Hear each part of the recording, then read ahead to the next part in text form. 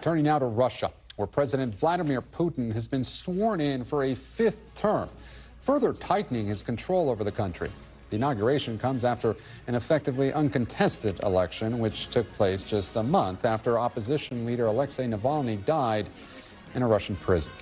That all comes more than 2 years after Putin's invasion of Ukraine, which he framed as part of a greater existential conflict with the West in his inauguration speech. At the same time, Russia has also announced plans to hold nuclear weapons drills, an apparent warning to Western allies over their involvement in the war in Ukraine. And joining me now for more is NBC's Matt Bodner. Matt, we heard Putin address the West directly in that speech. How important is this inauguration for the Kremlin, especially given the ongoing war in Ukraine? Thanks, Gabe. Well, it's interesting. Putin is often talking directly to the West, and so much, I think, of what he does is meant for us to see, and today's inauguration was another great example of that. Of course, much of what he said was directed at the Russian public as well. You know, he talked a lot about the war and a united Russia doing what it needs to do to secure its sovereign and prosperous future. But the message for the West here, I think, is really straightforward. All of your efforts to undermine me have failed, and I'm stronger than ever. We've seen a lot of that from him recently. So I think it's really about continuing this effort by the Kremlin to project this strong and confident face. It helps them a lot right now that the inauguration is falling just 2 days before Victory Day. That would be May 9th, and that's essentially the most sacred holiday in Putin's Russia, commemorating their victory in the Second World War.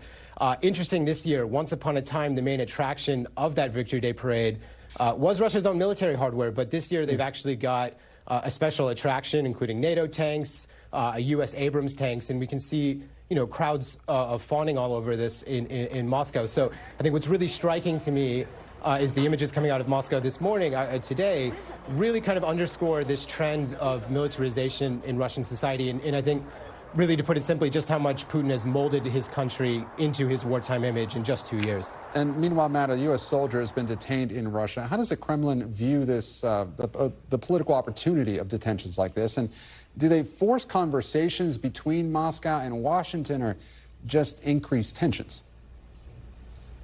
So it's an interesting question. I think they always know that they're going to spark some kind of discussion, and I think that they really do view Americans as targets of opportunity at this point. So with any American they detain, whether or not the charges are legitimate, and I do think it's important to point out there are Americans in Russia who do commit legitimate crimes, but regardless of that fact, it's a chance to get Washington on the phone. I think there's a lot of behind the scenes here that we get very little taste of, even with very prominent cases such as Evan Gershkovich, the Wall Street Journal reporter charged with espionage. So these arrests, you know, they do raise tensions. They also force conversations. I think it's just that often these conversations seem to yield few results, at least that we can see in public. Gabe. Matt Bodner, who has covered Russia extensively for us, live in London for us this afternoon. Matt, thank you so much. Thanks for watching. Stay updated about breaking news and top stories on the NBC News app, or follow us on social media.